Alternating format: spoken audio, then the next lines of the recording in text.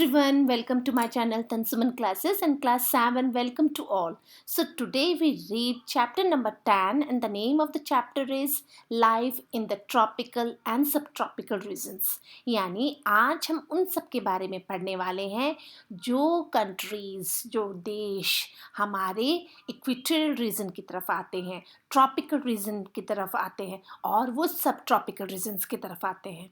तो पहले अगर हम बात करें कि भाई जो हमारा इन्वायरमेंट है ना, हमारा इन्वायरमेंट हमें बहुत अफेक्ट करता है, लेकिन हमने भी हमारी नीड के लिए हमारे इन्वायरमेंट को काफ़ी हद तक चेंज किया है। अब वो किस तरीके से चेंज किया है, चलिए इनके बारे में हम डिटेल में पढ़ते हैं। क्योंकि वी आर द ह्यूमन ना, और ह्यूमन जो होते हैं ना वो बहुत शेल्फिश होते हैं। कैसे? हमने हमारे इन्वायरमेंट को अपनी नीड के लिए डैमेज भी किया है और डैमेज करने की वजह से इन्वायरमेंट में काफ़ी चेंजेस भी आए हैं और उनकी वजह से हमें भी खामियाजा भुगतना पड़ा है। तो ये सब जब होता है तो हमारा जो इन्वायरमेंट होता है ना वो काफ़ी हद तक चेंज भी होता है। अब ये देखिए, हमारा जो इन्वायरमेंट है ना वो हम पर इम्पैक्ट भी डालता है और उस पर हम बहुत प्रभावित भी होते हैं। किस तरीके से? जैसे कि हमारे कपड़े हैं, हमारा खाना है, वो सब इन्वायरमेंट पे ही डिपेंड करता है ना। गर्म देश के जो लोग हैं वो ठंडा खाना खाना चाहेंगे और जैसे ही ठंडे देश के जो लोग हैं वो ऑब्वियसली गर्म खाना खाना चाहेंगे और गर्म कपड़े पहनना चाहेंगे। ठीक है, तो आज हम इन्हीं कंट्रीज़ के बारे में पढ़ते हैं और उनमें साथ में देखा जाए तो जो इन्वायरमेंट है ना वो ह्यूमन को टोटली उस पर डिपेंडेंट रहता है। ठीक है, तो आज हम इसी के बारे में पढ़ेंगे कि यहाँ पे कैसे चेंजेस आए हैं, यहाँ की लाइफ कैसी है, यहाँ के ऑक्यूपेशंस कैसे हैं। तो आज हम पढ़ेंगे, फर्स्ट हम पढ़ेंगे अमेज़न रिवर वाला बेसिन वाला एरिया और दूसरा हम पढ़ेंगे ब्रह्मपुत्र जो इंडिया में है। ठीक है, तो बात करें अगर ट्रॉपिकल रीजन की, देखिए ट्रॉपिकल रीजन कहाँ है बेटा? ट्रॉपिकल रीजन्स जो होते हैं वो मोस्ट प्रोबेबली इक्वेटर के पास वाले एरिया कहलाता है। हमारा जो ग्लोब है, हमारा जो अर्थ है, we divided into two hemisphere. ठीक है, 0 डिग्री लैटिट्यूड जो इक्वेटर है उसको हमने क्या करा, 0 डिग्री पे लाए और हमारे 2 हेमिस्फेयर, नॉर्दर्न हेमिस्फेयर और सदर्न हेमिस्फेयर में हमने डिवाइड कर दिया। ठीक है, अब जब जो इक्वेटर है, जो ग्रेट लैटिट्यूड है, सबसे बड़ा लैटिट्यूड जो है, उसके अगर हम नॉर्थ की तरफ जाते हैं तो आता है ट्रॉपिक ऑफ कैंसर और वहीं अगर हम नीचे की तरफ साउथ की तरफ जाते हैं तो वहाँ आता है ट्रॉपिक ऑफ कैप्रिकॉर्न। ठीक है, अब इन दोनों के बीच पे, इन बिटवीन दिस एरिया, ये कहलाते हैं ट्रॉपिकल ट्रॉपिकल रीजन्स। ठीक है, यानी 0 डिग्री जो इक्वेटर है उससे 10 डिग्री नॉर्थ की तरफ जाइए और 10 डिग्री साउथ की तरफ आइए तो आपको मिलेगा ट्रॉपिकल रीजन। ठीक है, एंड सब ट्रॉपिकल जो रीजन है वो 10 डिग्री से लेकर 30 डिग्री लैटिट्यूड ऊंचाई की तरफ आपको मिलेगा। किस तरफ? नॉर्थ की तरफ और साउथ की तरफ, दोनों हेमिस्फेयर में आपको ये मिलेगा।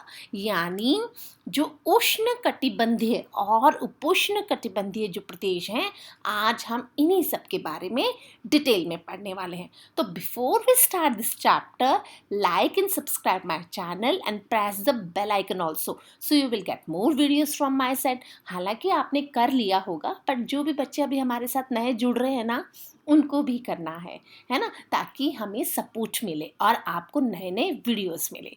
चलिए शुरू करते हैं। तो आज का हम जो टॉपिक लेते हैं, फर्स्ट हम लिखते हैं अमेज़न बेसिन। ठीक है, तो अमेज़न के बारे में अगर हम बात करें, काफ़ी लोग इसको अमेज़न भी बोलते हैं, अमेज़न भी बोलते हैं। तो जो ये अमेज़न रिवर वाला जो एरिया है, तो भाई अब इसके बारे में, इसकी हम पहले तो लोकेशन मालूम करते हैं कि इसकी लोकेशन क्या है। तो देखिए, अमेज़न बेसिन जो है ना, अमेज़न नदी यानी उसकी सहायक नदियों के द्वारा दक्षिण अमेरिका का हिस्सा है ये। ठीक है, कहाँ का हिस्सा है? साउथ अमेरिका यानी दक्षिण अमेरिका का ये हिस्सा है और ये यहाँ पे बहुत बड़ी रिवर है जो फ्लो करती है और उसका नाम है अमेज़न रिवर। ठीक है, ये तो हमें पता चल गया। फर्स्ट टॉपिक जो हम पढ़ेंगे, और दूसरा जो है Ganga and the Brahmaputra river, जो कि सब ट्रॉपिकल रीजन में, जो कि इंडिया है और इंडिया में बहती हैं। और फिर ये गंगा ब्रह्मपुत्र नदियां जो हैं वहाँ पे, गंगा ब्रह्मपुत्र जो बेसिन एरिया है उस इंडिया सब कॉन्टिनेंट का हिस्सा है। ठीक है, ये तो हम सबको मालूम है, because we are all Indians. So these two rivers, these two regions have a different physical environment. और अगर हम इन दोनों रीजन्स की बात करें तो ये दोनों के फिजिकल जो इन्वायरमेंट है ना वो काफ़ी चेंजेस हैं। लोगों की इकोनॉमिक एक्टिविटीज़ अलग हैं, लोगों के लाइफस्टाइल अलग है, लोगों का खाना अलग है, लोगों का पहनावा अलग है। क्यों अलग है? क्योंकि ये जगह ही अलग अलग है, ये अलग अलग लैटिट्यूड्स में आती हैं। दैट्स वाई यहाँ पे वहाँ के जो इन्वायरमेंट है उसका इम्पैक्ट पड़ता है, और इन्वायरमेंट पर जब इम्पैक्ट पड़ता है तो हमारी लाइफस्टाइल पे भी चेंजेस आते हैं। तो आज हम पढ़ेंगे अमेज़न बेसिन। तो अमेज़न बेसिन की अगर हम बात करें, मैंने आपको कहा कि 0 डिग्री इक्वेटर से अगर मैं बात करूं 0 to 10 नॉर्थ और 0 to 10 साउथ की तरफ, तो ये कौन सा आ जाएगा? ये हमारा अमेज़न वाला हिस्सा आ जाएगा। ठीक है, और यहाँ पे बात करें, अगर मैं आपको शॉर्ट में बताऊं तो ये इक्वेटर के पास में है। दैट्स वाई यहाँ पे इवेपोरेशन भी बहुत ज़्यादा होता है, और इवेपोरेशन ज़्यादा होता है, वाष्पीकरण ज़्यादा होता है, तो रेन भी यहाँ पे डेली होती है। थिक फॉरेस्ट मिलते हैं, और थिक फॉरेस्ट जिनकी लीव्स बहुत बड़ी बड़ी होती है ना। Leaves act like a roof. यहाँ की जो पत्तियाँ होती हैं पेड़ों की वो एक छतनुमा होती हैं, और ग्राउंड ऑलमोस्ट डार्क रहता है ड्यू टू हाई रेन और हाई इवेपोरेशन। यहाँ पे ह्यूमिडिटी भी बहुत ज़्यादा रहती है। और बात करें देशों की तो इंडोनेशिया है, सेंट्रल अफ्रीका है, वेस्टर्न अफ्रीका है, अमेज़न है। यहाँ पे इन देशों के अंदर ऐसा ही वातावरण, ऐसा ही पर्यावरण मिलता है। सो तो आज बात करते हैं अमेज़न बेसिन की। तो Amazon, the most part of the Amazon basin lies in the Brazil, between the Guiana highland in the north and the Brazil highland in the south. ठीक है, अब हमें इसकी लोकेशन पता चल गई exact. So the first European to discover the Amazon river was a Spanish. किसने पहले इसको एक्सप्लोर किया था? एक स्पेनिश थे जिन्होंने इसको एक्सप्लोर किया। ठीक है, अब बात करते हैं हम कि भाई अमेज़न जो है वो इतना इम्पोर्टेंट क्यों है। अमेज़न जो है रिवर वो इम्पोर्टेंट इसलिए है क्योंकि ये सेकंड लॉन्गेस्ट रिवर है वर्ल्ड की, जो बहुत बहुत लॉन्ग है। कैसे? Amazon is the most important river in the South America. South America की बहुत इम्पोर्टेंट रिवर है, क्योंकि यहाँ का पानी का जो वॉल्यूम है ना वो बहुत ज़्यादा है, बहुत ज़्यादा डिस्चार्ज करता है यहाँ का पानी का वॉल्यूम। और वर्ल्ड में ये लगभग 6280 किलोमीटर एरिया कवर करती है।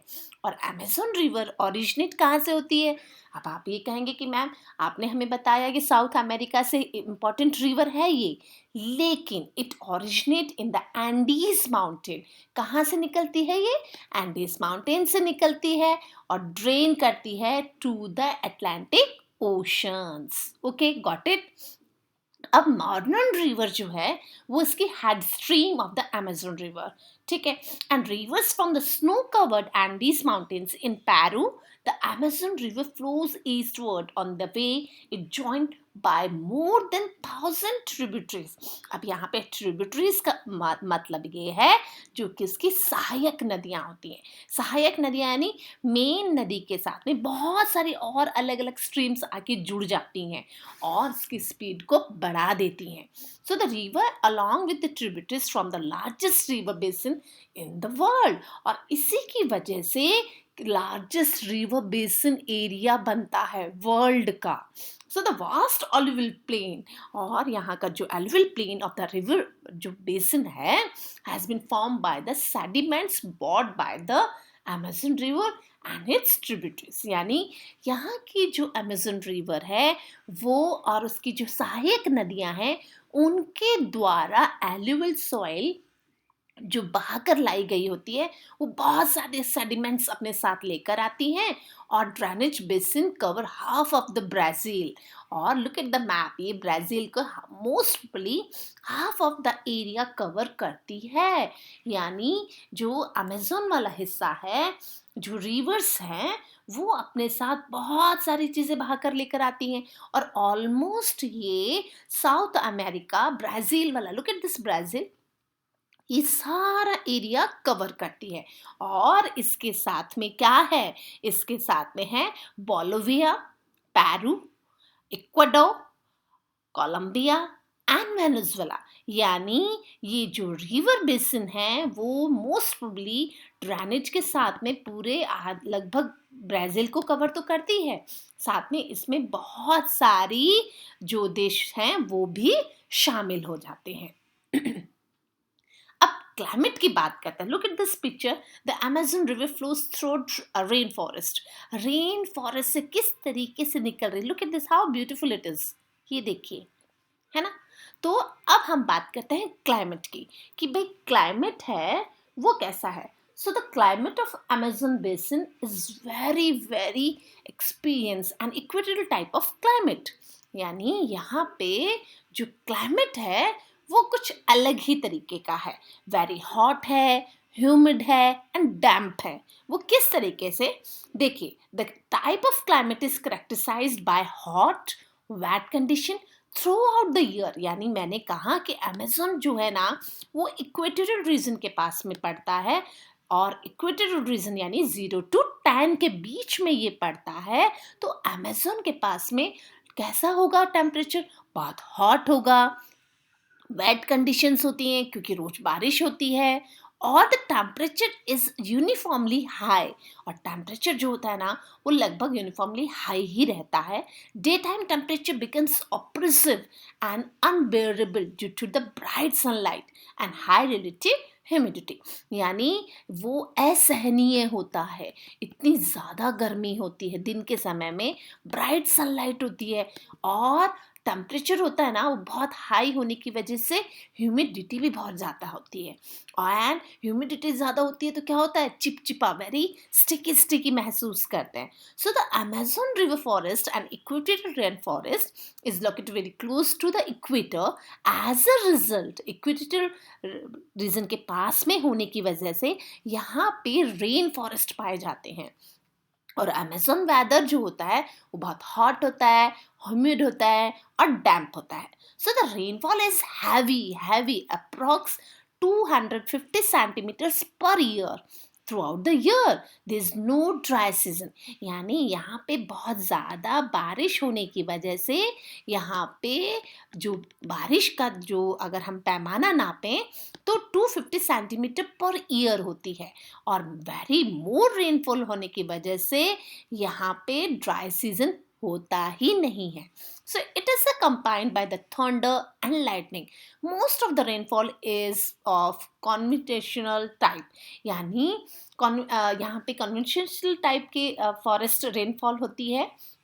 और साथ ही साथ समर और विंटर जो सीजन्स होते हैं ना, it's not well mark due to the high temperature. Due to high temperature हम जो गर्मियां हैं और सर्दियां हैं उनको सही तापमान हम उनको नहीं नाप सकते। So the distribution rainfall throughout the year, but there is a horizontal movement of air. Air का जो मूवमेंट होता है वो बहुत ज़्यादा हॉरिजॉन्टल होता है, हाई ह्यूमिडिटी होती है और स्लटरी वेदर कंडीशंस यहाँ पे पाई जाती है। अब बात करते हैं फ्लोरा और फ्योना की, यानी कैसे कैसे जानवर हैं, कैसे पशु पक्षी हैं, कैसे पेड़ पौधे हैं। तो हमने कहा कि भाई बारिश बहुत ज़्यादा होती है और ह्यूमिड क्लाइमेट होता है। तो हॉट और ह्यूमिड क्लाइमेट होने की वजह से अमेज़न बेसिन में बहुत ज़्यादा रिच होता है ये, नेचुरल वेजिटेशन बहुत ज़्यादा पाई जाती हैं, फॉरेस्ट में एनिमल्स बहुत ज़्यादा पाए जाते हैं, और थिक फॉरेस्ट होने की वजह से यहाँ पे फॉरेस्ट में वैरायटी भी बहुत मिलती है, यानी there are lots of variety in the forest and these are called the evergreen equatorial forest and these forest is known as the selva in the South America.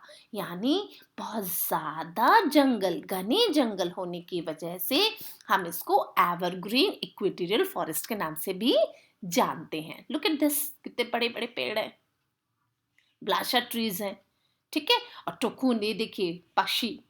So that important trees found in the Amazon basin is the ebony, palm, rubber and cane। यानी यहाँ पे केन जो है, rubber है, palm है, ये बहुत ज़्यादा बड़ी मात्रा में पाए जाते हैं जो पेड़ हैं।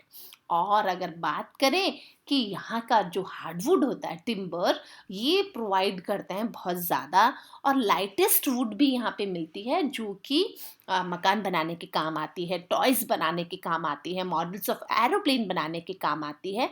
And other products also get from the forest such like rubber, cocoa nuts, gum, cork, है ना, और बहुत सारी चीज़ें यहाँ पे हमें फॉरेस्ट से मिलती हैं, और साथ ही साथ में बैग्स मिलती हैं।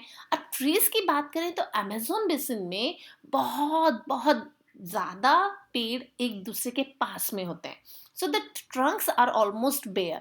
यहाँ पे जो पेड़ों के जो तने हैं ना, वो आपस में एकदम पास पास है।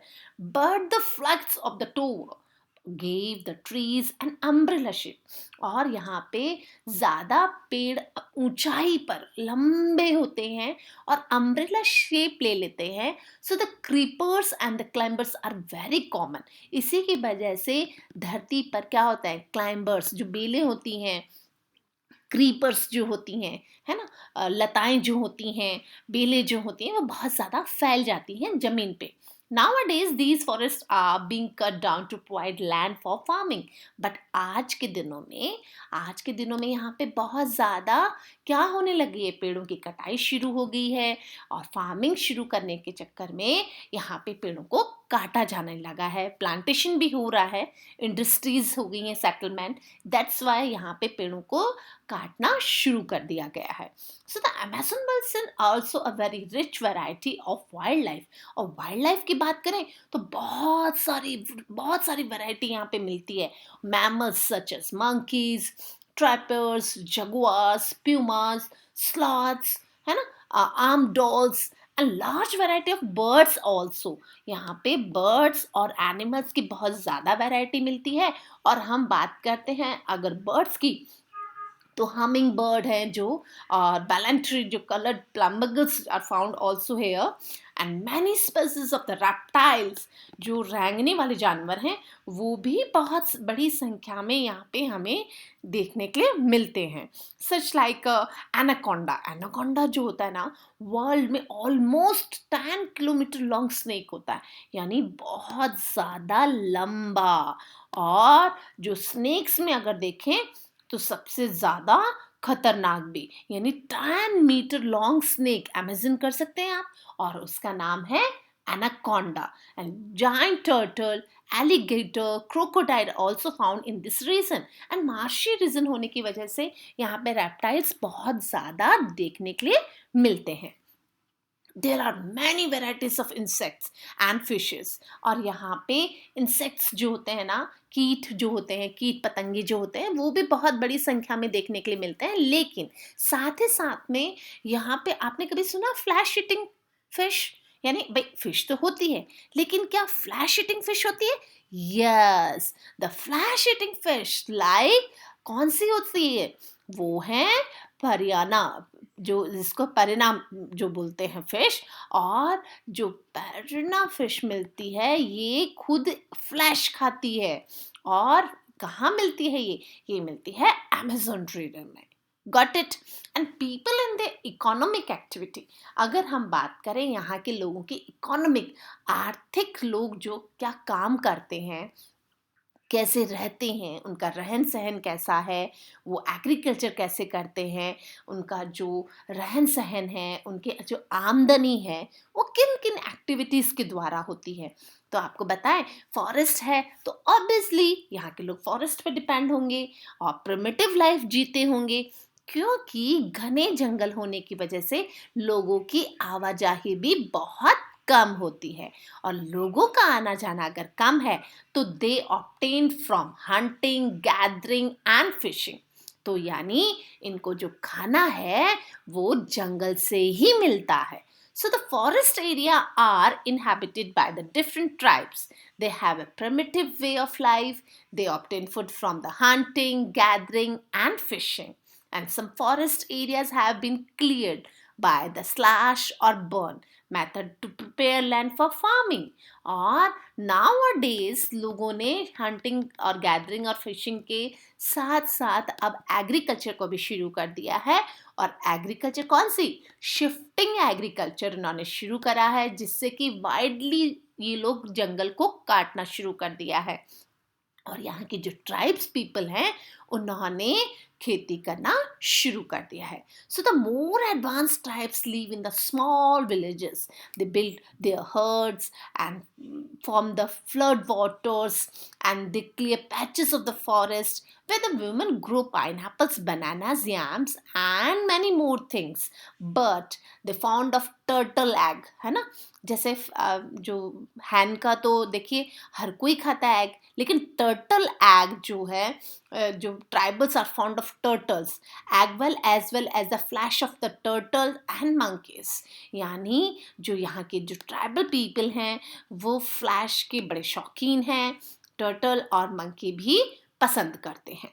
So the rubber trees are scattered in the forest, और बहुत सारे रबर ट्रीज भी यहाँ पे पाए गए हैं जिनका ये लैटेक्स जो होता है उसको इकट्ठा करते हैं और फिर convert into a usable rubber cake, और फिर उससे रबर केक बनाते हैं। And the main cash crop की अगर हम बात करें तो कैश क्रॉप भी यहाँ पे प्लांटेशन होना शुरू कर दिया है। फॉर एग्जांपल शुगर केन है, मेज है, कॉफ़ी है, कोको है, यहाँ के लोगों ने उगाना शुरू कर दिया है। और यूरोपियन जो है लोग हैं उनकी हेल्प की वजह से इन्होंने बहुत बड़ी मात्रा में प्लांटेशन भी शुरू कर दिया है। एंड द सेटलमेंट की बात करें तो लोगों के घर बहुत दूर दूर और बहुत छोटे छोटे होते हैं, वुड का यूज़ करते हैं, and they make their houses to make from the wood only. So the families live in the thatched huts and shaped like a beehives. और मधुमक्खी नुमा इन्होंने अपने छतों को बनाया है, घरों को बनाया है। Large apartments like houses we have slanting roofs. This is called the molokha. The life of the people slowly changing. Yes, true. अब देखिए रोज तो ये ट्राइबल जो लोग हैं यहाँ पे हमारे जैसे लोगों का भी जाना होता है। तो nowadays with the help of European culture, European लोगों की कांटेक्ट में आने की वजह से यहाँ के लोगों की लाइफ में थोड़ा सा चेंजेस होने शुरू हुए हैं। Small towns have developed along the river of banks, और रिवर बैंक्स के पास में लोगों ने अपने घर बनाने शुरू कर दिए हैं। And tribal people are migrate to these town to search of work, और वो माइग्रेट भी होना शुरू कर दिया है काम के खोज में। And Manas which is developed as a rubber collecting center along the river basin, and Amazon River is now a popular port from the ocean liners. Belhem is its red roofed houses, now is surrounded by the groves of banana and palm trees. Today Belhem is called the part of the Amazon River. In the past, look at this tribal people who live near the Amazon basin. Okay, in the past the Amazon River was the only waterways to link the forest areas with other places.